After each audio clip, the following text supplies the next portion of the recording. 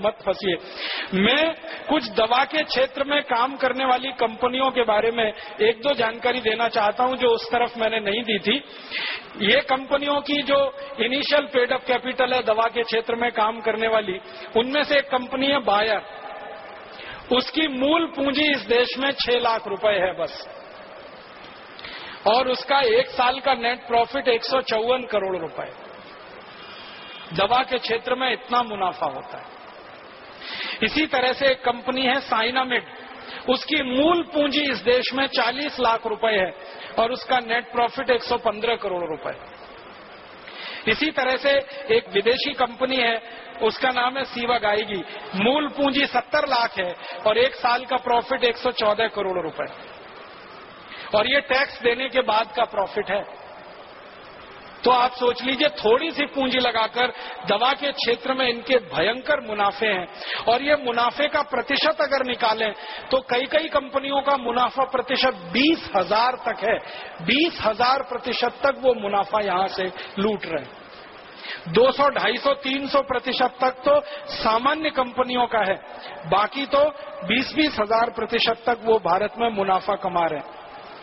मुझे अब आपको इन कंपनियों के बारे में एक और आखिरी बात कहनी है, वो ये कि समय समय पर इन कंपनियों को अपनी दवा बेचनी है, और दवा बेचनी है तो उसके लिए माहौल बनाते हैं, वातावरण तैयार करते हैं।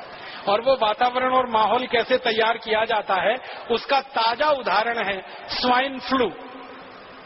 स्वाइन फ्लू आ गया, स्वाइन फ्लू आ गया, स्वाइन फ्लू आ गया, सारे देश में हल्ला हो रहा है, अखबारों में फ्रंट पेज पर खबर छप रही है, टीवी चैनलों पर दूसरी न्यूज ही नहीं है सिवाय इसके कि स्वाइन फ्लू स्वाइन फ्लू। हर दिन कैंसर से 1,500 लोग मरते हैं औसतन, और 1200 लोग करीब करीब दमा, अस्थमा, ट्यूबरकुलोसिस से मरते हैं। हृदय घात की बीमारियों से 800 से 1000 लोग हर दिन मरते हैं। तो इतनी बड़ी मौत के आंकड़े हैं, कैंसर, हार्ट अटैक, दमा, अस्थमा, ट्यूबरकुलोसिस, उसके बारे में मीडिया में कोई चर्चा नहीं है। Swine flu swine flu swine flu, इसका एक रहस्य है। रहस्य इसका ये है कि कैंसर का वैक्सीन नहीं बनता, ट्यूबरकुलोसिस का वैक्सीन नहीं बनता, दमा का वैक्सीन नहीं बनता, अस्थमा का वैक्सीन नहीं बनता, हृदय घात का वैक्सीन नहीं बनता। मतलब सीधा सा ये है, जिन बीमारियों के वैक्सीन नहीं बन सकते उन बीमारियों पर मीडिया चर्चा नहीं करता, क्योंकि उनसे कंपनियों को कोई बड़ा लाभ होने की गुंजाइश नहीं। स्वाइन फ्लू का वैक्सीन बन सकता है, एवियन फ्लू का वैक्सीन बन सकता है, सार्स का वैक्सीन बन सकता है, और थोड़े दिन पहले बर्ड फ्लू आया था, उसका वैक्सीन बन सकता है। तो एवियन फ्लू है, बर्ड फ्लू है, सार्स है, स्वाइन फ्लू है, इन सब बीमारियों के वैक्सीन बन सकते हैं और वैक्सीन बनकर बाजार में बिक सकते हैं, और इसमें विदेशी कंपनियों को मुनाफा बहुत भयंकर है। इसलिए मीडिया में ये सारी खबरें बाकायदा प्रायोजित तरीके से दिया जाती है, छपवाई जाती हैं, बनवाई जाती है। एक अमेरिकन कंपनी है, वो स्वाइन फ्लू की दवा बनाती है, टेमी फ्लू, और जानकारी ये मिली है कि टेमी फ्लू दवा को बनाते समय वायरस जो है अनकंट्रोल्ड हुआ, नियंत्रण के बाहर हुआ, और उसने स्वाइन फ्लू को फैलाना शुरू किया सारी दुनिया। माने एक अमेरिकन कंपनी की बदमाशी से, एक अमेरिकन कंपनी की गैर जिम्मेदारी से स्वाइन फ्लू का वायरस सक्रिय हुआ और सारी दुनिया के 30 देशों को उसने अपनी चपेट में लिया। अब वो 30 देश हैं, वो टेमी फ्लू के ग्राहक हो गए। वायरस निकला अमेरिका से, ग्राहक हो गए उनके दुनिया के 30 देश के लोग। अब वो सब लोग जिनको स्वाइन फ्लू होने की संभावना है या हो गया है, डॉक्टर उनको एक ही दवा लिख रहे हैं, टेमी फ्लू खाओ, टेमी फ्लू खाओ, टेमी फ्लू खाओ। जो विद्वान डॉक्टर हैं और जो इन कंपनियों के चक्कर में नहीं फंसते हैं, ऐसे भी कई डॉक्टर हैं, वो बता रहे हैं कि टेमी फ्लू बिल्कुल मत खाओ, क्योंकि आपने टेमी फ्लू खाया तो ये स्वाइन फ्लू का जो वायरस है ये स्ट्रक्चर बदलने में माहिर है, तुरंत नया स्ट्रक्चर ले सकता है और वो नए स्ट्रक्चर में रेजिस्टेंस आ सकता है, फिर कितना भी टेमी फ्लू खाना ठीक ही नहीं होने वाले। तो ऐसा पूरे देश में आतंक और माहौल फैला दिया। और ये आतंक और माहौल के दो ही उद्देश्य हैं। पहला उद्देश्य है ज्यादा से ज्यादा टेमीफ्लू दवा बेचना, जो पिछले 10 साल से इस कंपनी ने उत्पादन करके गोडाउन में भरी हुई है, अब वो गोडाउन खाली करना है। अब ये गोडाउन कोई ऐसा गोडाउन नहीं है जो टूथपेस्ट का हो, रोज इस्तेमाल करें और फेंक दें। ये गोडाउन तो तभी खाली होगा जब कोई दवा का आतंक हो, वायरस का आतंक हो और डर हो और दहशत हो। डर, दहशत और आतंक के चलते आदमी मजबूर हो जाता है महंगी से महंगी दवा खाने के लिए और महंगे से महंगा इलाज करने के लिए। तो ये स्वाइन फ्लू का वायरस इसी तरह का एक प्रोपेगेंडा है। मुझे तो एक ही बात कहनी है, वो ये कि ये स्वाइन फ्लू नहीं है, मीडिया फ्लू है। मीडिया ने पैदा कर दिया। मैं आपको एक पुरानी जानकारी देना चाहता हूं, बहुत गंभीर है। आप उससे अंदाजा लगाइए कि ये कंपनियां कितनी निकृष्ट हैं, कितनी नराधम हैं। सन 1916 से 1918 के बीच में 2 साल में दुनिया भर में एक बीमारी फैली, एवियन फ्लू। वो ऐसा ही था जैसे स्वाइन फ्लू है, और उस बीमारी के फैलने से सारी दुनिया में कुछ लोग प्रभावित हुए। जो लोग प्रभावित हुए उनकी संख्या बताई जाती है 4.5 करोड़। 4.5 करोड़ लोग उसमें प्रभावित हो गए। और 4.5 करोड़ लोग जो प्रभावित हुए, फिर मैंने ये जानने की कोशिश की कि मरे कितने उसमें से, तो मात्र 6,000 लोग मरे थे। मात्र 6,000 लोग मरे थे। अब उसके बाद क्या हुआ कि ये एवियन फ्लू का वायरस फैला और इसमें 6,000 लोग मर गए, सारी दुनिया में आतंक फैल गया। उस आतंक के चक्कर में एक अमेरिकन कंपनी ने वैक्सीन बना दिया एवियन फ्लू का, और वो वैक्सीन धड़ल्ले से सारी दुनिया में बेचा उन्होंने। और आपको सुनकर दुख होगा, उस वैक्सीन को लगवाने के बाद 60 लाख लोग मर गए दुनिया में, और पता नहीं कितने अपंग हो गए, कितने विकलांग हो गए। बीमारी आने से 6,000 लोग मरे। बीमारी का वैक्सीन बना और उस वैक्सीन को सारी दुनिया में भेजा गया, फैलाया। सबसे ज्यादा अफ्रीका के देशों में, सबसे ज्यादा लैटिन अमेरिका के देशों में, ब्राजील में, मैक्सिको में, चिली में, कोस्टारिका में, कोलंबिया में, फिर अफ्रीका में, नाइजीरिया में, सोमालिया में, इथियोपिया में, दक्षिणी अफ्रीका में, रोडेशिया में। तो अफ्रीका, लैटिन अमेरिका और भारत में भी हुआ था। उसका वैक्सीन का अंधाधुंध प्रचार हुआ, अंधाधुंध बिक्री हुई। 60 लाख लोग वैक्सीन लगने के बाद मर गए। उसका क्या? एवियन फ्लू में तो 6,000 लोग मरे, वैक्सीन लगने के बाद इतने। माने वैक्सीन कितने खतरनाक हो सकते हैं, उसका ये अंदाजा आप लगाइए। अब एवियन फ्लू का वैक्सीन आया और इतने लाख लोग मर गए। अब स्वाइन फ्लू का वैक्सीन आने वाला है, और वो वैक्सीन हिंदुस्तानी और दुनिया भर के लोगों को धड़ाधड़ लगाया जाएगा। क्यों? क्योंकि स्वाइन फ्लू का वायरस जो फैला है, वायरस से ज्यादा डर फैला है, आतंक फैला है, दहशत फैली है। तो हर आदमी तैयार बैठा है वो वैक्सीन लगवाने के लिए, और एक व्यक्ति को वैक्सीन लगाने का खर्चा वो बोलते हैं 3,000 रुपए आएगा। अब हिंदुस्तान में ही अगर आप सोच लो कि अगर 10 करोड़ लोग भी प्रभावित होकर वैक्सीन लगवा लें और 3,000 रुपए का एक वैक्सीन आए, तो 30,000 करोड़ की बिक्री तो उनकी हिंदुस्तान में हो गई। अफ्रीका में, लैटिन अमेरिका के देशों में अगर हो जाए, हजारों करोड़ का माल बेचेगी एक कंपनी, और इस कंपनी के पास पेटेंट है 20 साल तक। तो कोई दूसरी कंपनी उस वैक्सीन को बना के नहीं बेच सकती 20 साल तक। और इसी कंपनी के पास दवा का भी पेटेंट है 20 साल का। तो टेमीफ्लू दवा को कोई दूसरी कंपनी नहीं बनाकर बेच सकती 20 साल तक। तो 20 साल तक एक ही अमेरिकन कंपनी की मोनोपोली रहेगी, और उस मोनोपोली पर हजारों करोड़ रुपए वो लूटेंगे लोगों के दिलो दिमाग में। इसलिए स्वाइन फ्लू का दहशत, आतंक और डर बिठाया जा रहा है। और मैं इसी संदर्भ में और एक छोटी सी बात करूंगा।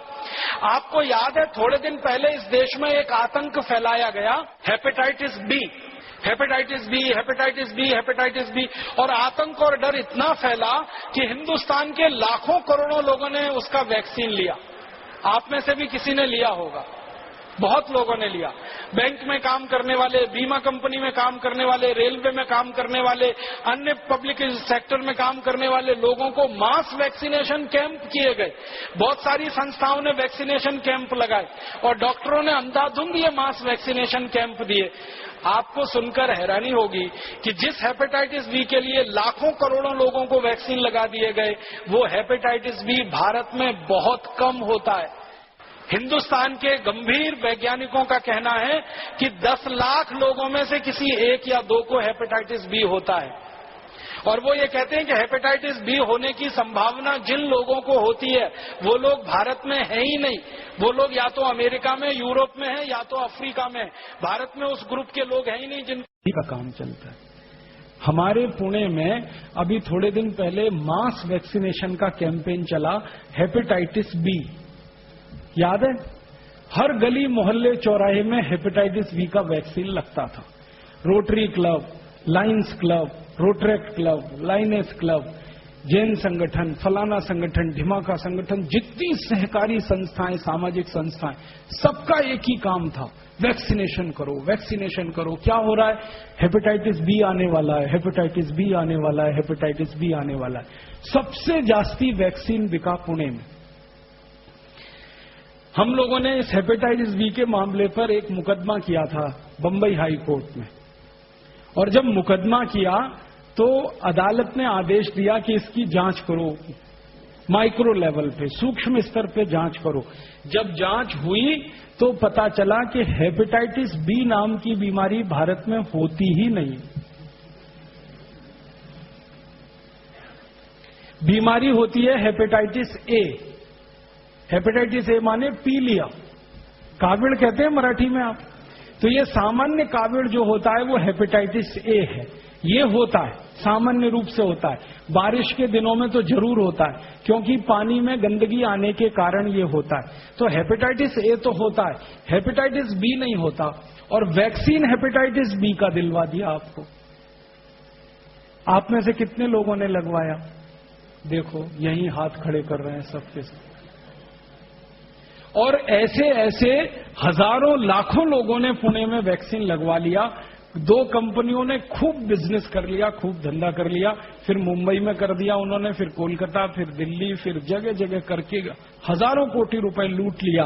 बाद में अदालत का फैसला आया कि जब बीमारी नहीं है तो वैक्सीन क्यों लगाएं। तो अदालत ने आदेश दिया कि अगर कोई मास वैक्सीनेशन कैंप करेगा हेपेटाइटिस बी का तो उसको जेल में डाल देंगे।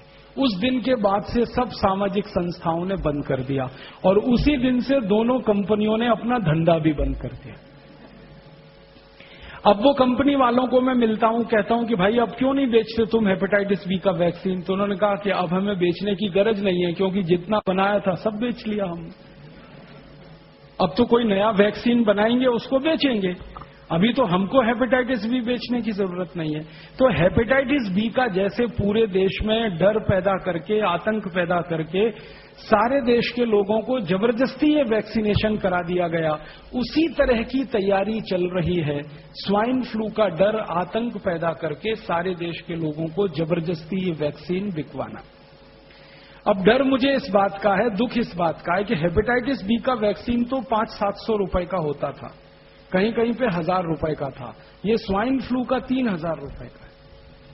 कंपनी को अंदाजा लग गया है कि 500-700-1000 का वैक्सीन लगवा सकते हैं तो 3000 का भी लगवा सकते हैं। बस डर बचा दो कि तुम मर सकते हो, तुमको ऐसा हो सकता है, तुमको वैसा हो, जिनको ये हो सकता है। और आपको सबको मालूम है, जो बात गंभीर है वो ये कि जितनी भी वैक्सीन दी जाती है उन वैक्सीनों में उन बीमारियों के ही जीवाणु रहते हैं जिस बीमारी के लिए वो वैक्सीन दी जाती है। अब देखिए कैसा साजिश और कैसा षड्यंत्र है। एक तो बीमारी होती नहीं, होती है तो बहुत कम लोगों को होती है, और होने के पीछे का जो कारण है कि वो कीटाणु और जीवाणु मरते ही नहीं है उस दवा में भी, और वो हमको अंधाधुंध लगाया गया। लाखों करोड़ों का बिजनेस करके कंपनी ने मुनाफा कमा लिया। जो स्वामी जी कहते हैं कि सामान्य प्राणायाम करें, योग करें, तो उसी से हम ठीक कर सकते हैं अपने आप को। उसके लिए लाखों करोड़ों रुपए इस देश में बर्बाद हो गए। हम लुट गए, हमारी आंखों के सामने लूट लिया लोगों ने, हमको मूर्ख बना के लूट लिया। तो कभी हेपेटाइटिस बी के नाम पे, कभी स्वाइन फ्लू के नाम पे, कभी एवियन फ्लू के नाम पे, कभी सार्स के नाम पर, कभी बर्ड फ्लू का कितना आतंक फैलाया था थोड़े दिन पहले। हजारों लाखों मुर्गियां इस देश में कट गई। परिणाम जानते क्या हुआ? मुर्गियों की कमी पड़ गई तो सरकार ने विदेशों से मुर्गी इंपोर्ट करना शुरू कर दिया। अंडों की कमी पड़ गई तो विदेशों से अंडे खरीदने शुरू कर दिए इन्होंने। और अब ये स्वाइन फ्लू के नाम पे बता रहे हैं सुअर को काट रहे हैं। फिर थोड़े दिन में सुअर की कमी होगी तो सुअर का मांस विदेशों से खरीदेंगे, हिंदुस्तान में बिकेगा। ये सारे के सारे मार्केट की उनकी रणनीति है। धंधा करना है, माल बेचना है, उनको आपके स्वस्थ रहने से, बीमारी से कोई लेना देना पुणे नगर के और पुणे जिले के सभी भारत स्वाभिमान के सम्माननीय कार्यकर्ता मित्रों, मंच पर आसीन आदरणीय दादा भाई जोशी जी, बापू भाई, अन्य सभी सम्माननीय लाड भाई, मैं आप सबका आभार व्यक्त करता हूं इसलिए कि मात्र एक दिन के नोटिस पर यह कार्यक्रम हुआ, कल दोपहर को तय हुआ और आप सब इतनी बड़ी संख्या में यहां हैं, तो इसके लिए आपका आभार व्यक्त करता हूं। दूसरा, मैं आपसे थोड़ी देर स्वाइन फ्लू पे बात करूंगा, थोड़ी देर भारत स्वाभिमान के विषय पे बात करूंगा। पहले स्वाइन फ्लू पे बात करके इस विषय को पूरा करना चाहता हूं, फिर बाद में भारत स्वाभिमान के विषय पे बात करूंगा। स्वाइन फ्लू एक बीमारी के बारे में हम सब बार बार सुन रहे हैं, पढ़ रहे हैं अखबारों में, टीवी में, मीडिया में, और डर बैठ गया है, दहशत बैठ गई है मन में। पुणे में तो बहुत ज्यादा। थोड़े दिन पहले मार्च के महीने में ऐसा दिल्ली में भी हुआ था, दिल्ली में बहुत दहशत हो गई थी मार्च 2009 में। इसी तरह से थोड़े दिन पहले मद्रास में भी हुआ था, फिर थोड़े दिन पहले इसी तरह से हैदराबाद सिकंदराबाद में हुआ था।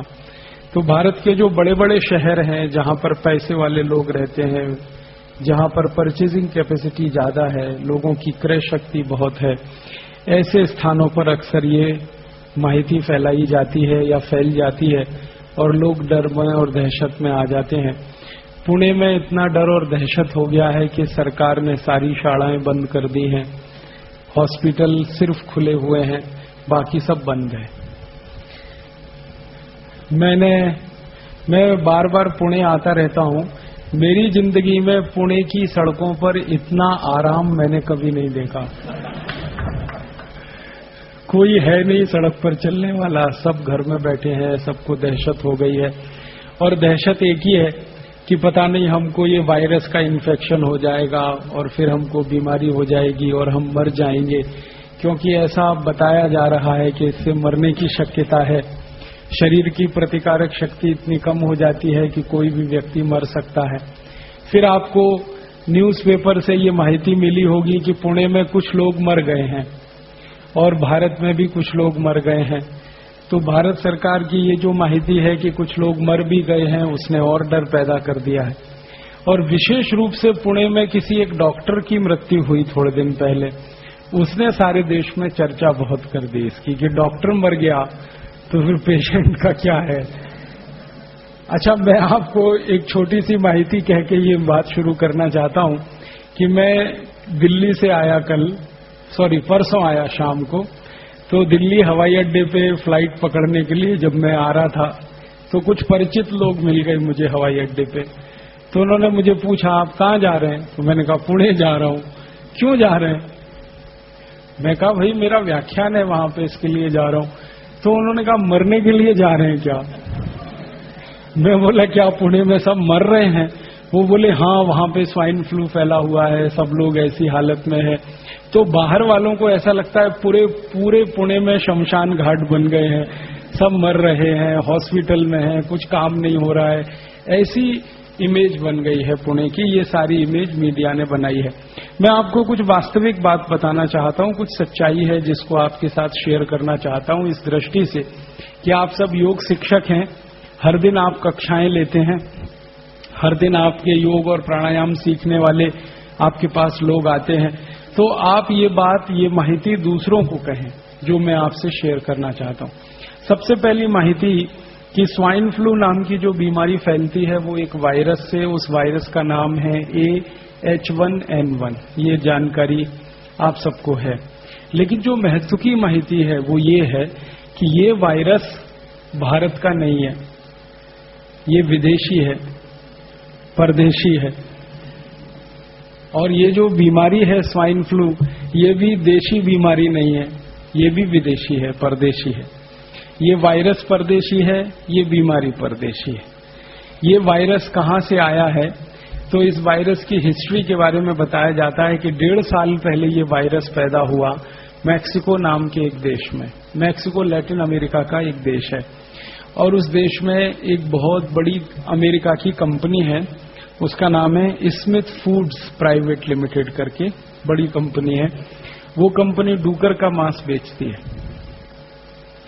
हर साल 10 लाख मीट्रिक टन डूकर का मांस बेचती है वो कंपनी। अब 10 लाख मीट्रिक टन डूकर का मांस पैदा करने के लिए कम से कम 1 कोटि डूकर का कत्ल करना पड़ता है, तब 10 लाख मीट्रिक टन डूकर का मांस पैदा हो सकता है। और वहां के जो डूकर होते हैं ना, वो ऐसे नहीं होते अपने जैसे। हाँ, अपने भारत के जैसे डूकर है ना, वैसे नहीं होते, उससे तो डबल और ट्रिपल होते हैं। हमारे यहां जितनी बड़ी जितनी ऊंची गाय होती है ना, वहां इतने ऊंचे डूकर होते हैं, और एकदम मोटे मोटे थुल, और इतने जास्ती मोटे होते हैं कि चल नहीं सकते, तो खड़े होते हैं धम से बैठ जाते हैं, चल नहीं पाते, भाग नहीं सकते, इतना मांस उनके शरीर पर होता है। और वो मांस उनको इंजेक्शन दे दे के बढ़ाया जाता है, दवाएं दे दे के बढ़ाया जाता है। इंजेक्शन देके दवाएं देके डूकर का मांस बढ़ाते हैं, और वो मांस बेचने का काम वो कंपनी करती है। तो कंपनी का 1 पॉइंट प्रोग्राम है डूकर का मांस बेचना, मुनाफा कमाना और डूकर पालना। तो उनके बड़े बड़े रेंच हैं, उसमें डूकर पालते हैं, हर साल मांस बनाते हैं, फिर उसको बेचते हैं। लेकिन कंपनी के जो मालिक हैं, जो उसके मैनेजर हैं, जो उसके बड़े अधिकारी हैं, कर्ता धर्ता हैं, वो अपने ही डूकर के मांसों को नहीं खाते, वो नहीं खाते, खुद नहीं खाते। मैंने उस कंपनी के कुछ अधिकारियों को ईमेल करके पूछा कि आप पोर्क खाते हैं? पोर्क माने डूकर का मांस। तो उन्होंने कहा नहीं खाते, वो वेजिटेरियन है, दूसरों को खिलाते हैं, खुद क्यों नहीं खाते? तो वो ही मुझे बोलते हैं कि हमको मरने का डर लगता है। कैसे मर जाएंगे? तो वो बोलते हैं ये जो डूकर का मांस है ये इन्फेक्टेड है, और इसमें वायरस बहुत है, और इसमें H1N1 वायरस होने की शक्यता सबसे ज्यादा है। ये जो H1N1 वायरस है ये डूकर में ही जिंदा रहता है, तो वहां के डूकर में ये वायरस जिंदा रह सकता है। और 1.5 साल पहले ये वायरस वहां डिटेक्ट हुआ, और जो लोगों ने डूकर के मांस खाने वाले लोग हैं, उनमें से करीब 2000 लोग उससे प्रभावित हुए, और 146 अभी तक मर गए 1.5 साल में। 1 साल 6 महीने में 146 लोग मरे, 2000 लोग इस बीमारी से प्रभावित हुए, जिनको H1N1 वायरस ने प्रभावित किया, वो इन्फेक्टेड हुए। तो आंकड़ेवारी में देखा जाए तो ये कोई बड़ी संख्या नहीं, 1 साल 6 महीने में 146 लोग मरे। क्यों? क्योंकि दर वर्षी हमारे देश में अगर दूसरी बीमारियों से मरने वालों की संख्या हम ढूंढेंगे तो कैंसर से इस देश में हर दिन 1500 लोग मरते हैं, हर दिन। और साल में कैंसर से इस देश में 40 से 45 लाख लोग मरते हैं। फिर हमारे देश में ट्यूबरकुलोसिस और मलेरिया से हर दिन 1200 लोग मरते हैं, और साल में करीब 36 लाख के आसपास लोग मलेरिया ट्यूबरकुलोसिस से मर जाते हैं। फिर हर दिन हमारे देश में 1000 लोग डायरिया और डिसेंट्री, हैजा और कॉलेरा से मरते हैं, और साल में करीब 35 लाख लोग डायरिया, डिसेंट्री, कॉलेरा से मर जाते हैं। फिर हमारे भारत में बहुत सारे बच्चे हैं, लाखों की संख्या में, जो हर दिन कुपोषण से मरते हैं, जिनके शरीर में शक्ति नहीं है, ताकत नहीं है, और ऐसे ही भूखे मर जाते हैं। पूरा पेट भर के उनको भोजन नहीं मिलता, दूध नहीं मिलता, उसमें मर जाते हैं। तो मरने वालों की संख्या तो बहुत है, कैंसर से मरने वालों की संख्या तो बहुत है, मलेरिया से मरने वालों की संख्या तो बहुत है, ट्यूबरकुलोसिस से मरने वालों की संख्या तो बहुत है, डायरिया, डिसेंट्री से मरने वालों की संख्या तो बहुत है, अनेक दूसरी बीमारियों से। लेकिन वो बीमारियों पर हमारे देश के न्यूज़पेपर में फ्रंट पेज पे खबर नहीं आती। कैंसर से मरने वालों के बारे में कभी भी न्यूज़पेपर में और मीडिया में इतनी चर्चा नहीं होती जितनी स्वाइन फ्लू की हो रही। ट्यूबरकुलोसिस से मरने वालों की चर्चा कभी भी इतनी नहीं होती मीडिया में जितनी स्वाइन फ्लू की हो रही है। कारण जानते हैं क्या है? कैंसर की, ट्यूबरकुलोसिस की, डायरिया की, डिसेंट्री की कोई वैक्सीन नहीं बन सकती। जिन बीमारियों की वैक्सीन नहीं बनती, उन बीमारियों के बारे में मीडिया में चर्चा नहीं होती, भले उसमें मरने वालों की संख्या कितनी भी जास्ती हो। लेकिन जिन बीमारियों में वैक्सीन बन सकती है और मरने वालों की संख्या बहुत थोड़ी होती है, उसकी चर्चा बहुत होती है। कारण क्या है? जब बीमारी की चर्चा होगी तो लोगों में डर पैदा होगा, दहशत पैदा होगी। जब डर और दहशत बहुत जास्ती हो जाएगी, जैसा अभी बताया कि एक पत्नी का पति मर गया और उसके मन में इतनी दहशत और इतना डर कि उसने अपने पति के अंतिम शरीर को, माने आखिरी यात्रा को 5 फीट दूर से प्रणाम किया। माने दहशत इतनी जास्ती है कि जो धर्म पत्नी अपने पति के साथ सालों साल रही एक ही कमरे में, एक ही बिस्तर पर, जब उसको ये डर लग गया कि इसको स्वाइन फ्लू हुआ और उससे ये मर गया, तो दूर से ही उसने प्रणाम कर लिया। ये हद है, ये लिमिट क्रॉस हुई है डर की, दहशत की। और ये लिमिट क्रॉस कराने में मीडिया ने बड़ी ताकत लगाई है। मैं जो आपसे कहना चाहता हूं वो ये कि स्वाइन फ्लू का जो वायरस है वो आपको कभी भी प्रभावित नहीं कर सकता। आप पूछेंगे क्यों नहीं कर सकता? हमारे में कोई सुरखाव के पर हैं, या हम भगवान के दूत हैं, या हम ज्यादा योग और प्राणायाम करते हैं, ये कारण है? कारण क्या है? कारण उसमें से दूसरे हैं जो जानने की जरूरत है। सबसे बड़ा कारण ये है कि स्वाइन फ्लू विदेशी वायरस है, विदेशी बीमारी है, और H1N1 वायरस विदेशी है। माने ये वायरस दुनिया के उन्हीं देशों में पैदा होके प्रभावित करता है लोगों को जहां ठंडी बहुत पड़ती है, तापमान बहुत कम होता है। अमेरिका में ठंडी बहुत होती है, कनाडा में ठंडी बहुत होती है, मैक्सिको में ठंडी बहुत होती है, ब्राजील में ठंडी बहुत होती है, फ्रांस में, जर्मनी में, ब्रिटेन में ठंडी बहुत होती है। और आप जानते हैं साल में 6 महीने ठंडी पड़ती है, और साल में 6 महीने तापमान उनके यहाँ 0 के नीचे होता है। -5 डिग्री, -10 डिग्री, -15 डिग्री, -20 डिग्री, कभी कभी तापमान -30, -35, -40 तक चला जाता है। 6 महीने बर्फ ही बर्फ रहती है। सड़क पे बर्फ होती है, मैदान में बर्फ होती है, खेत में बर्फ होती है, छत पर बर्फ होती है। बर्फ 10-10 फीट ऊंची होती है। और यूरोप और अमेरिका में 6 महीने सरकार के सभी विभाग की ताकत इसी बात में खर्च होती है कि सड़क से बर्फ हटाना, खेत में से बर्फ हटाना, चलने लायक सड़क को बनाना, खेत को खेती लायक बनाना। तो जिन देशों में बर्फ पड़ती है, ठंडी बहुत होती है, तापमान 0 के नीचे चला जाता है, ऐसे देशों में तरह तरह के वायरस पैदा होते हैं। और जितनी ज्यादा ठंडी होती है उतने ज्यादा वायरस होते हैं। सामान्य रूप से दुनिया के जितने भी वायरस हैं उनको पैदा होकर जिंदा रहने के लिए कम से कम 27 डिग्री सेंटीग्रेड से नीचे का तापमान लगता है। और 27 डिग्री सेंटीग्रेड से नीचे का तापमान जो जो देशों में हो सकता है, उन्हीं देशों में सबसे ज्यादा वायरल और बैक्टीरियल इन्फेक्शन हुआ करते हैं। अब भारत के बारे में बात करें और पूना के बारे में बात करें। भारत में इस समय महीना चल रहा है सितंबर, माफ करिएगा अगस्त का महीना चल रहा है। अगस्त के पहले जुलाई था, जुलाई के पहले जून था, जून के पहले मई था, और मई के पहले अप्रैल, अप्रैल के पहले मार्च, मार्च में गुड़ी पड़वा से लेकर और दीपावली के दिन तक सामान्य तापमान जो होता है पूरे भारत देश में वो 34 डिग्री सेंटीग्रेड होता है, 35 डिग्री होता है, 36 डिग्री होता है। पुणे का आज का तापमान 33 डिग्री है, और अभी थोड़ी धूप ज्यादा हो जाए ना तो कल ये 35-36 डिग्री हो जाएगा। तो पुणे का न्यूनतम तापमान इस समय 34-35 डिग्री है। सारे देश का न्यूनतम तापमान इस समय 34-35 डिग्री है। 2 राज्यों को छोड़कर, हिमाचल प्रदेश, जम्मू कश्मीर और उत्तराखंड को छोड़कर पूरे देश के 28 राज्यों का सामान्य तापमान 34-35 डिग्री है।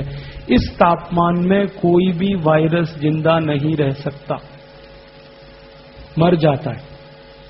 वायरस अगर पैदा भी हुआ तो ज्यादा से ज्यादा 45 मिनट जिंदा रह सकता, उसके बाद उसको मरना ही है, क्योंकि सूर्य के प्रकाश में, सूर्य के ताप में, सूर्य की गर्मी में कोई वायरस जिंदा नहीं रहता।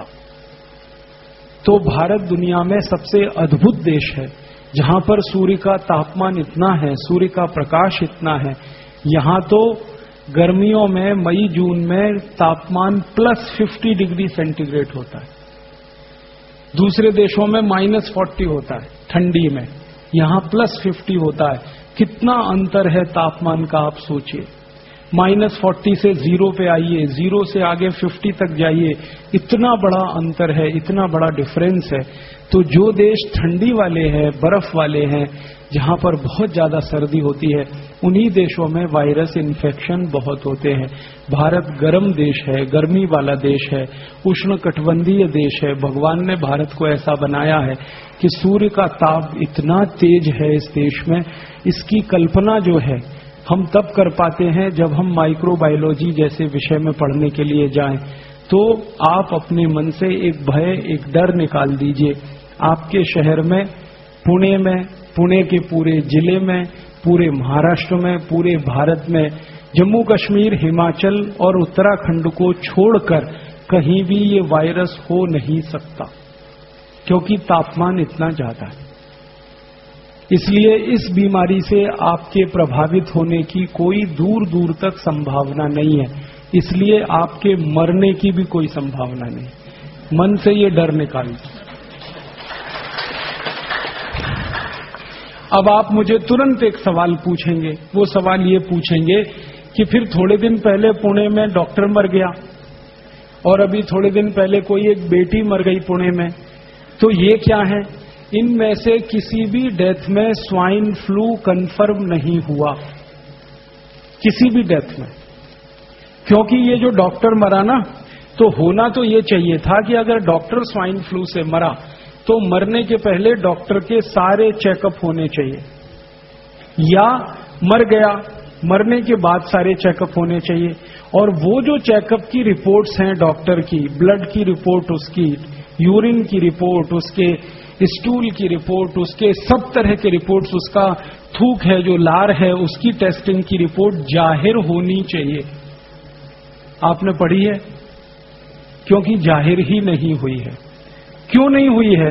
क्योंकि वो डॉक्टर स्वाइन फ्लू से मरा ही नहीं है, वो किसी और बीमारी से मरा, लेकिन उसकी बीमारी को मीडिया ने स्वाइन फ्लू बता दिया, बीमारी कुछ और थी उसको। इसी तरह से एक थोड़े दिन पहले छोटी बेटी मरी यहां पुणे में, उसके भी ब्लड की कोई रिपोर्ट टेस्ट हुई नहीं, कोई कंफर्मेशन नहीं है कि उसको स्वाइन फ्लू हुआ था, और मीडिया ने बता दिया वो स्वाइन फ्लू से मर गई। भारत देश में अब तक जितनी भी मृत्यु हुई है उसकी संख्या 11 है। 11 मृत्यु जितनी हुई है, सबके बारे में मैं खोजने की कोशिश कर रहा हूं। किसी की भी कंफर्म रिपोर्ट नहीं है कि उनको स्वाइन फ्लू था। हां, उनकी रिपोर्ट में यह था कि उनको साधारण फ्लू था। साधारण फ्लू और स्वाइन फ्लू में अंतर है। साधारण फ्लू में क्या होता है? सर्दी होती है, खोखला होता है, जुकाम होता है, नाक से पानी आता है, आंख से पानी आता है, गले में दर्द होता है, गला बैठ जाता है, आवाज भी नहीं निकलती है, कभी कभी टेम्परेचर आ जाता है, फीवर आ जाता है, लेकिन फीवर कभी भी 101 डिग्री से ऊपर क्रॉस नहीं कर पाता। शरीर में हल्का फुल्का दर्द रहता है, बहुत थकान लगती है, बहुत कमजोरी लगती है। ये साधारण फ्लू बीमारी के लक्षण हैं।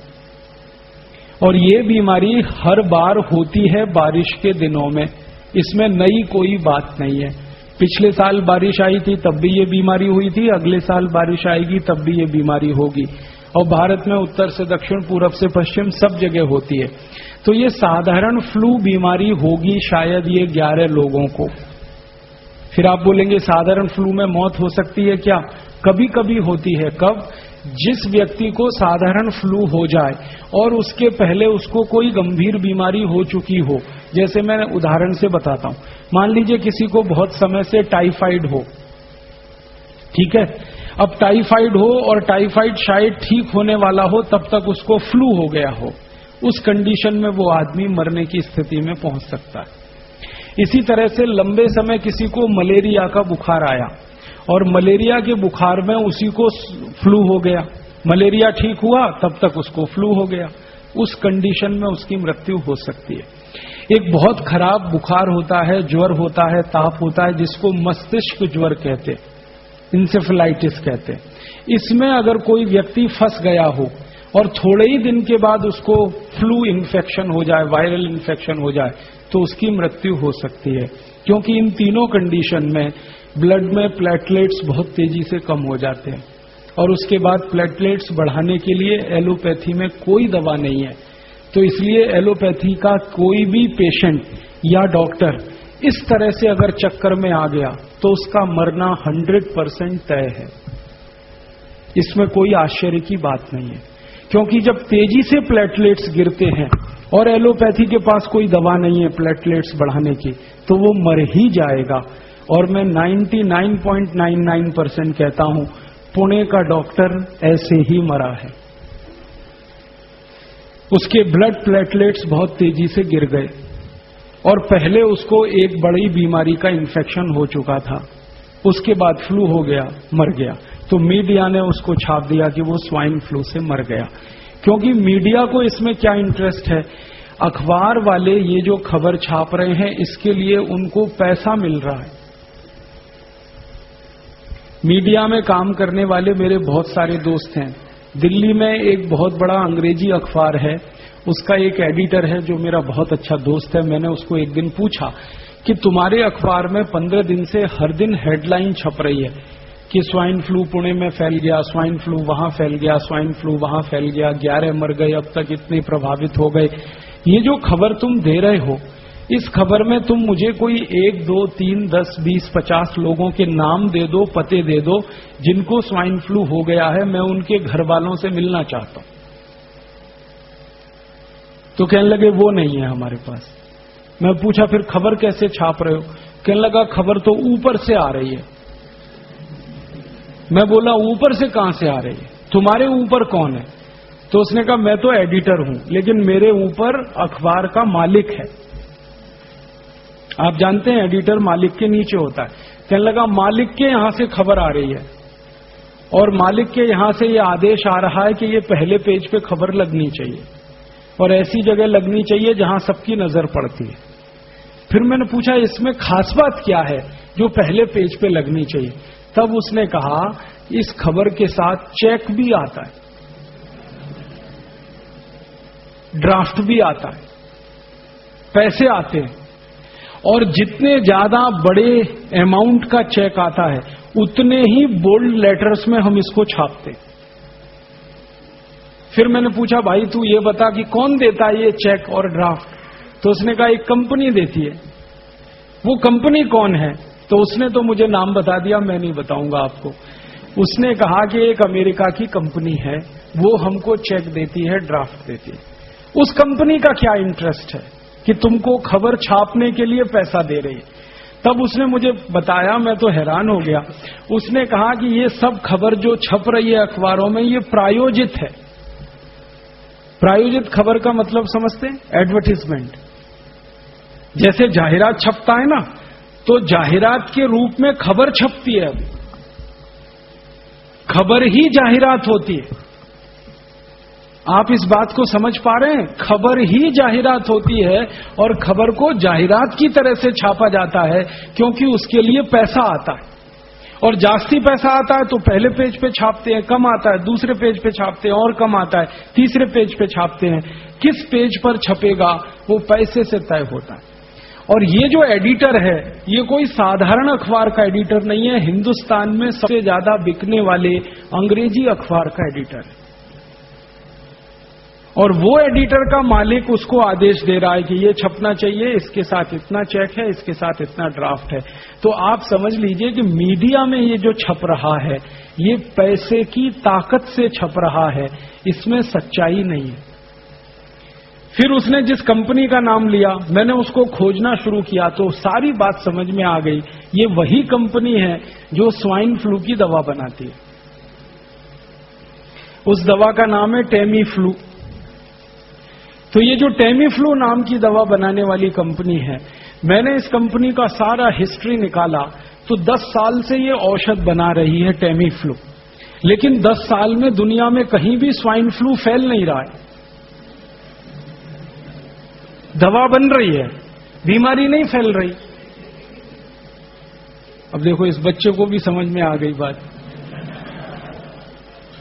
अब आप सोचो, दवा बनती जा रही है, हर साल प्रोडक्शन हो रहा है, गोडाउन भर रहे हैं, प्रोडक्शन हो रहा है, गोडाउन भर रहे हैं, बीमारी फैल नहीं रही है तो दवा बिक नहीं रही है। और उस कंपनी के कुछ लोगों ने मुझे बताया कि हमारे पास लाखों लाखों नहीं, 10-10, 20-20 लाख टैबलेट्स एक एक देश के गोडाउन में डंप पड़ी है। 30 देशों में उस कंपनी का बिजनेस है।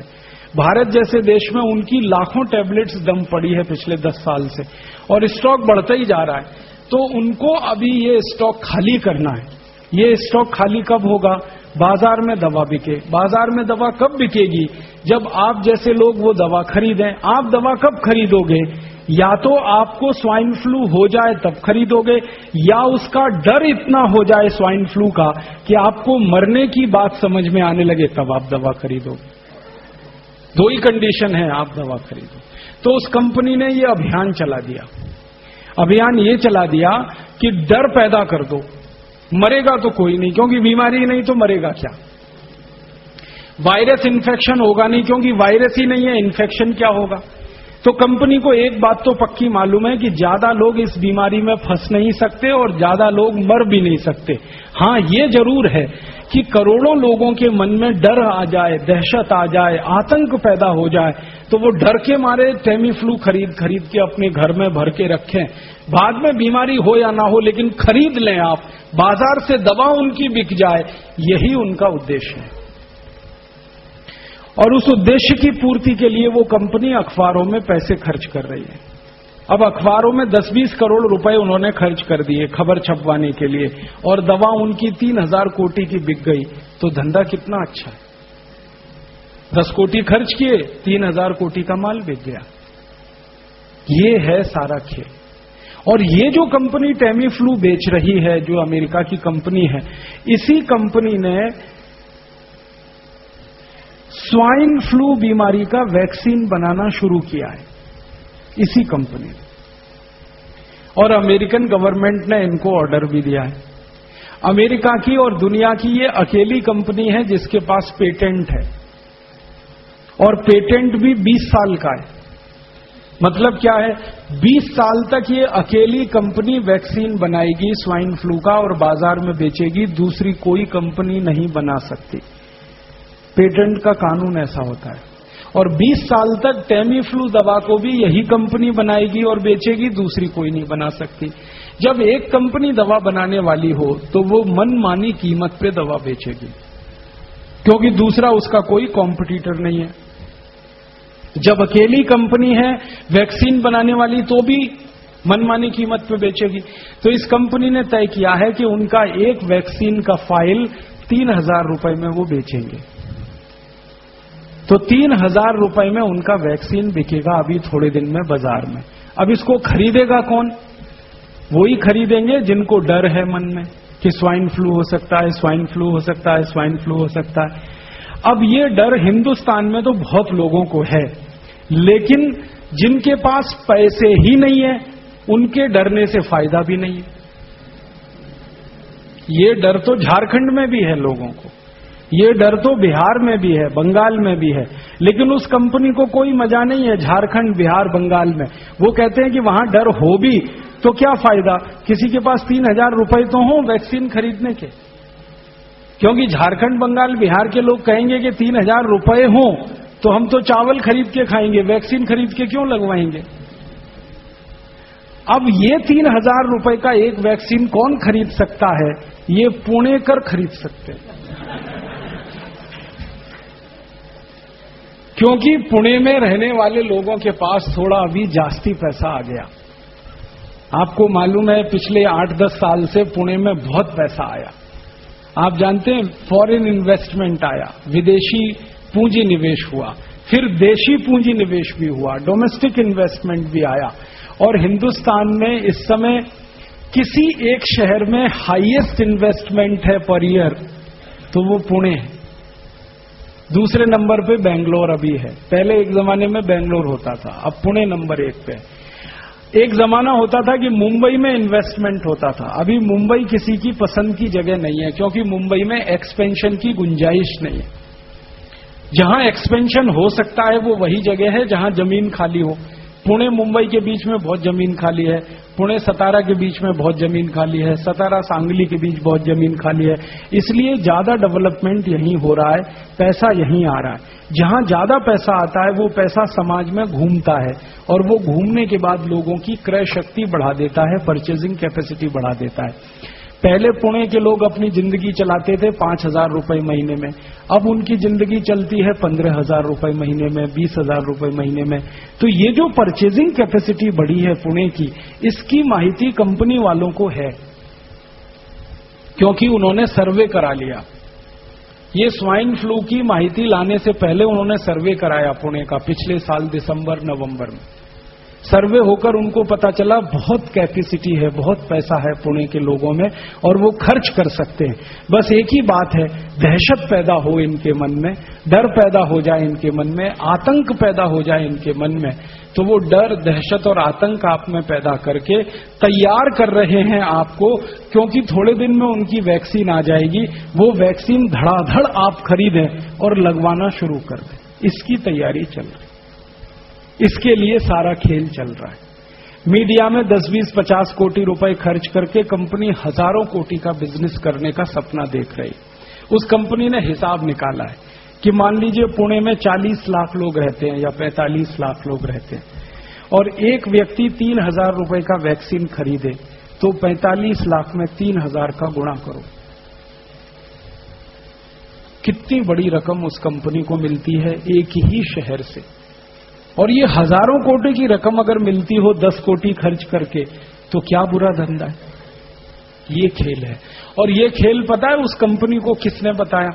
ये कंपनी के अधिकारियों को थोड़े दिन पहले की एक माहिती हुई पुणे के बारे में, और वो माहिती ये है कि पुणे वाले बहुत वैक्सीन लगाते रहते, लगवाते रहते।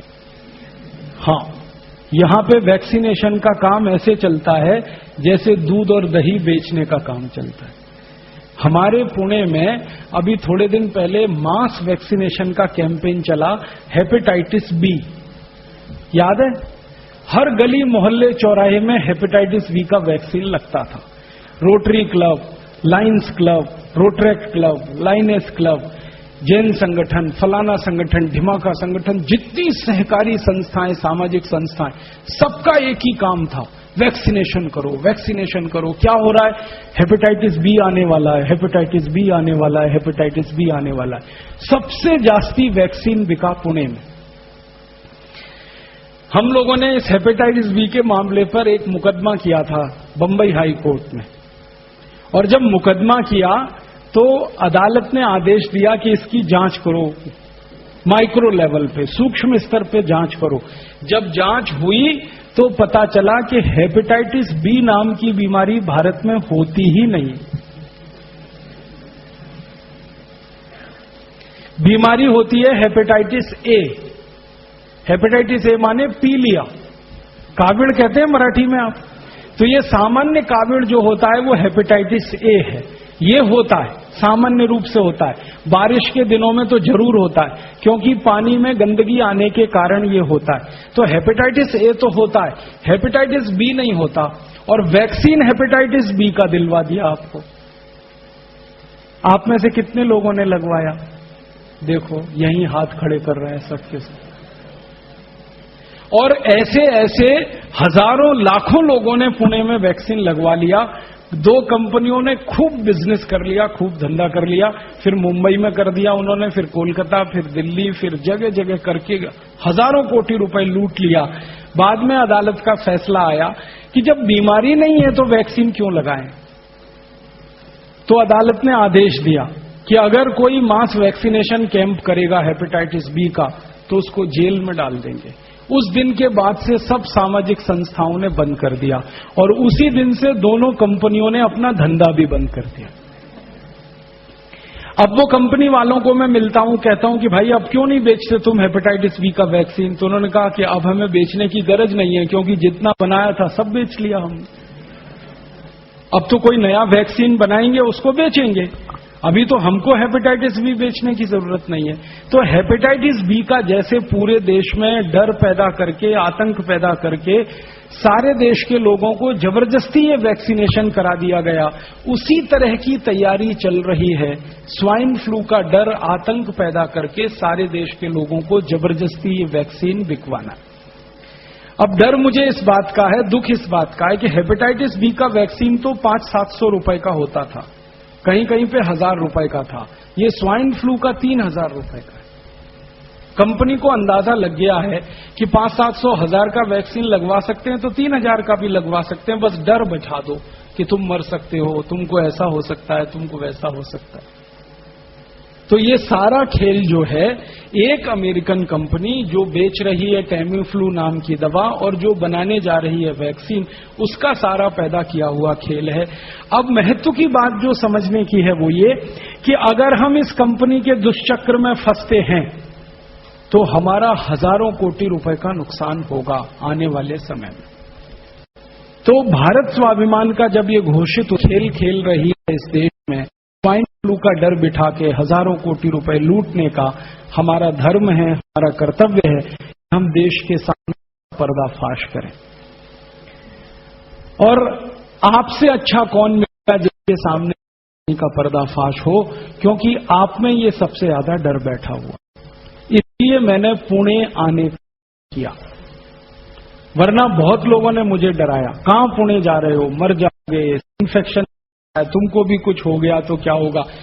बापू भाई एक इतने हमारे नजदीक है पतंजलि में, उन्होंने तो इतनी इमोशनल बात कह दी, हमारे पास दूसरा राजीव दीक्षित नहीं है।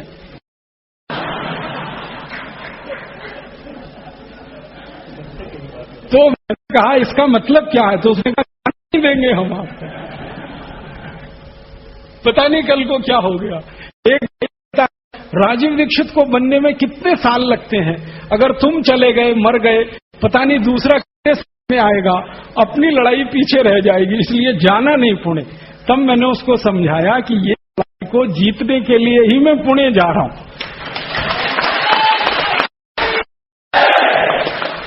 क्योंकि ये लड़ाई जीती जाएगी तो पुणे से ही जीती जाएगी। कारण क्या है, जहां केंद्र है वहीं तो लड़ना पड़ेगा। अब लड़ाई का केंद्र पुणे है और हम हरिद्वार में बैठ के तलवार चलाएंगे, दुश्मन है ही नहीं वहां, तलवार दुश्मन माने अमेरिका की कंपनी जो हमारे सामने, हमारी आंखों के सामने हजारों कोटि लूटने रही है, उसका बाजार तो पुणे में बनने जा रहा है, क्योंकि कंफर्म रिपोर्ट मेरे पास है उस कंपनी की आंतरिक है कि वो पुणे में ही लॉन्च करेंगे सबसे पहले वैक्सीन को। इसलिए यहां पर सबसे दहशत फैलाने का, डर फैलाने का, आतंक फैलाने का काम वो कर रहे हैं। मेरा मानना है कि जहां कंपनी गाड़ना चाहती है, हम वहीं से उनका झंडा नहीं उखाड़ेंगे तो लड़ाई होगी फिर। इसलिए मैंने तय किया कि मैं पुणे जरूर जाऊंगा। हालांकि पुणे से 2-3 फोन आए, लेक्चर कैंसिल हो जाएगा, कर्फ्यू लगा देंगे, ये कर देंगे। मैंने कहा जो होगा सो देखा जाएगा। कर्फ्यू लग जाएगा, ज्यादा लोगों से बात नहीं करेंगे तो थोड़े लोगों से बात करेंगे, 10 से करेंगे, 20 से करेंगे, 25 से करेंगे, ये बात शुरू होनी चाहिए। तो आपके सामने मैं एक बिंदु रख रहा हूं, लड़ाई का है, आंदोलन का है, भारत स्वाभिमान के उद्देश्य की पूर्ति का है। भारत स्वाभिमान का उद्देश्य याद रखिए, परदेशी कंपनी भारत से 1 पैसा भी लूट कर ले जाए, ये हमें मंजूर नहीं। वो हिंदुस्तान लीवर हो, पेप्सी कोला हो, कोका कोला हो, प्रॉक्टर एंड गैम्बल, कोलमैन हो, या टेमीफ्लू वाली कोई अमेरिकन कंपनी हो, या वैक्सीन बेचने वाली कोई अमेरिकन कंपनी हो, 1 पैसा भी हमारा ये हमें नहीं। अब इसके लिए हमें पुणे के नागरिकों को तैयार करना है कि वो मानसिक रूप से इतने सशक्त बने, डर निकल जाए, उनकी दहशत निकल जाए, उनका आतंक निकल जाए। और अगर ये आतंक और दहशत हम निकाल पाए लोगों से, तो ये लड़ाई हम जीत लेंगे और 6 महीने के बाद वो कंपनी यहां से बचेगी बिना 1 पैसे का वैक्सीन बेचे।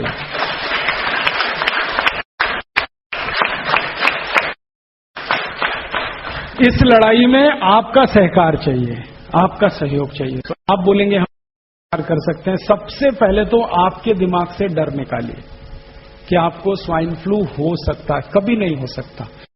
आपको अपनी गारंटी पे कह रहा हूं, पूरे पतंजलि योगपीठ की गारंटी पे कह रहा हूं, हम पूजनीय स्वामी जी की गारंटी पे कह रहा हूं, आपको नहीं हो सकता। से निकाल दीजिए, क्यों नहीं हो सकता? 3 कारण दीजिए। स्वाइन फ्लू सबसे ज्यादा वहां होता है जहां ठंडी होती है, और आप ऐसे शहर में रहते हैं जहां ठंडी नहीं, गर्मी है, 34-35 डिग्री तापमान है। स्वाइन फ्लू के जिंदा रहने के लिए 27 डिग्री तापमान चाहिए। दूसरा, स्वाइन फ्लू उन लोगों में मल्टीप्लाई कर सकता है जो सुअर का मांस खाते हैं, डूकर, क्योंकि ये डूकर में ही जिंदा रहता है। ये वायरस ही डूकर का वायरस है। सारी दुनिया में इसको डूकर वायरस ही कहते हैं, पिग वायरस कहते हैं। तो जो डूकर का मांस खाते हैं, पोर्क खाते हैं, उन्हीं के शरीर में, उन्हीं के ब्लड में इस वायरस के जिंदा रहने की शक्यता सबसे जास्ती होती है, और प्रवेश करने की शक्यता सबसे जास्ती होती है। और मैं मानता हूं कि कम से कम आप में से तो कोई डूकर का मांस नहीं खाता, किसी का भी नहीं खाते आप, तो डूकर का तो सवाल ही नहीं है। और पुणे में भी अगर 100 लोगों को आप ढूंढोगे तो 100 में से शायद कोई एक मिलेगा जो डूकर का मांस खाता हो, वो भी शायद नहीं मिलेगा। तो पुणे ज्यादा मांसाहारी लोगों का शहर नहीं है, और डूकर का मांस तो यहां ज्यादा बिकता भी नहीं है, मुझे मालूम है पहले से। इसलिए पुणे में इस वायरस के होने की शक्यता बिल्कुल नहीं है। और तीसरी और आखिरी बात कि ये वायरस अगर घुस भी गया अपने शरीर में तो नाक के रास्ते जाएगा, मुंह के रास्ते जाएगा। मुंह में ये जो लार होती है ना, लालारस, ये इतना जबरदस्त है कि कोई वायरस इसमें जाते ही मर जाता है। भगवान ने ऐसा बनाया हुआ है। मैं आपको एक मोटी सी माहिती देता हूं जो हमेशा याद रखिए। वायरस को जिंदा रहने के लिए एसिडिक मीडियम चाहिए, अम्लीय माध्यम चाहिए। अम्लीय चीजें जितनी होती हैं दुनिया में, उनमें वायरस जिंदा रहने की शक्यता बहुत होती है। और जो चीजें क्षारपण होती हैं, एल्केलाइन होती हैं, उनमें वायरस जीवित नहीं रहते।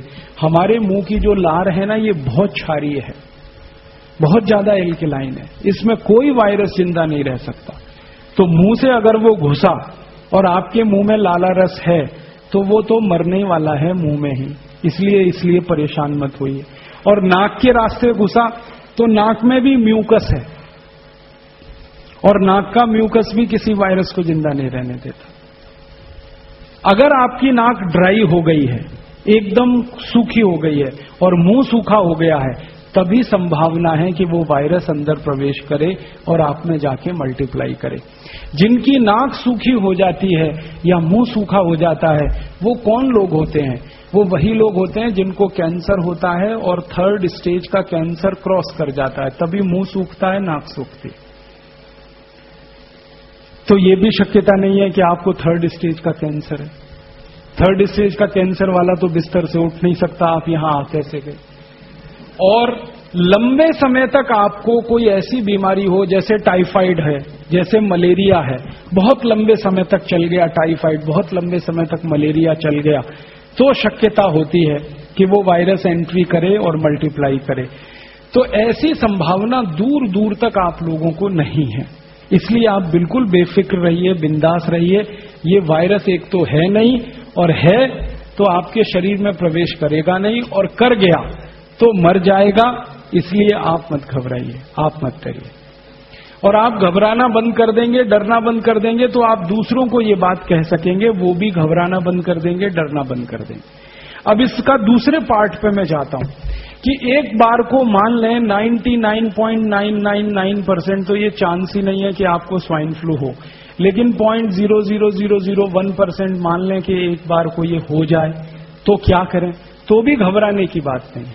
अपने पास आयुर्वेद में इतनी औषधियां हैं इस बीमारी को ठीक करने की, जितनी दुनिया में किसी पैथी में नहीं। और होम्योपैथी में भी इतनी दवाएं हैं जो और दूसरी पैथी में नहीं। तो आयुर्वेद और होम्योपैथी की दवाओं के बारे में अगर थोड़ी सी माहिती आपको है तो आप इस बीमारी से अपने घर में ही लड़ सकते हैं, अपने को ठीक कर सकते हैं, परिवार वालों को ठीक कर सकते हैं। आयुर्वेद में जो सबसे अच्छी औषधि है इस बीमारी के लिए वो है गुड़वेल और तुलसी, तुलस और गुड़वेल। गुड़वेल का काढ़ा, तुलस का काढ़ा बना के अगर कोई भी पी ले तो इस बीमारी से मुक्त हो जाएगा। और गुड़वेल का और तुलसी का काढ़ा बीमारी होने से पहले पी ले तो बीमारी आने का दूर दूर तक चांस नहीं है। प्रिवेंटिव भी है, क्यूरेटिव भी है। गुड़वेल आसानी से मिलती है, तुलसी सबके घर में उपलब्ध है, इसमें कोई बहुत खर्चा होता नहीं। गुड़वेल की लकड़ी खरीदें 2-3-4 रुपए में आसानी से मिल जाती है। उस लकड़ी का इतना बड़ा भाग छोटे छोटे टुकड़े कर दीजिए, 1 गिलास पानी में उबाल लीजिए, पानी उबलते हुए आधा हो जाए फिर उसको उतार लीजिए, तुलसी पत्ते उसमें डाल लीजिए उबलते समय, और जब पानी पीने लायक हो जाए, हल्का गुनगुना रहे, तब उसको दिन में 3-4 बार में पी लीजिए, बस इतना काफी। तो वायरस एंट्री करेगा नहीं, प्रिवेंटिव आप हो जाएंगे, आपकी प्रतिकारक शक्ति बहुत बढ़ जाएगी, आपकी रेजिस्टेंस बहुत बढ़ जाएगी और वायरस तो नहीं जाएगा। और अगर चला गया तो भी इसी औषध को 2-3 दिन पी लीजिए, ठीक हो जाएंगे आप। ताप भी उतर जाएगा, सर्दी खत्म हो जाएगी, जुकाम खत्म हो जाएगा, सारे सिम्टम्स आपके ठीक हो जाएंगे। इसके अलावा, ये तो है, इसके अलावा अपने स्वयं पाक घर में बहुत सारी औषध है। स्वयं पाक घर की वो सारी औषध जो कफ की विकृति को ठीक करने वाली औषध है। आप जानते हैं हमारे यहाँ 3 तरह की औषध है, वात को ठीक करे, पित्त को ठीक करे और कफ को ठीक करे। कफ को ठीक करने वाली जितनी औषध हैं वो प्रतिकारक शक्ति को भी बढ़ाती हैं, तो कफ विकृति को ठीक करने वाली औषध उपयोग कर लीजिए तो भी आप ठीक हो जाएंगे। अब वो औषध क्या क्या है? सबसे अच्छी औषध है हमारे स्वयं पाक घर में, उसका नाम है आल, अदरक है। इसके बाद दूसरी सबसे अच्छी औषध है हड़द, तीसरी सबसे अच्छी औषध है मध, चौथी सबसे अच्छी औषध है मिरी, काली मिर्च, पांचवी सबसे अच्छी औषध है दालचीनी, छठी सबसे अच्छी औषध है तेज पत्र, सातवीं सबसे अच्छी औषध है आपके यहां आंवला, आठवीं सबसे अच्छी औषध है एलोवेरा, नवीं सबसे अच्छी औषध है पुदीने के पत्ते, धनिए के पत्ते, और नागरवेल पान जो खाते हैं 11वीं सबसे अच्छी औषध है। अपने स्वयं पाक घर में ही ढूंढेंगे तो 15-20 औषध है जो कफ को ठीक करती है। इनमें से किसी भी औषध का उपयोग करिए। सबसे अच्छा तो मैंने बता दिया गुड़वेल का और तुलसी का काढ़ा। दूसरा आप चाहें तो पान नागरवेल का, उसको पत्ते को चटनी बनाइए, थोड़ा उसमें आल को चटनी बना के मिलाइए, फिर थोड़ा सा उसमें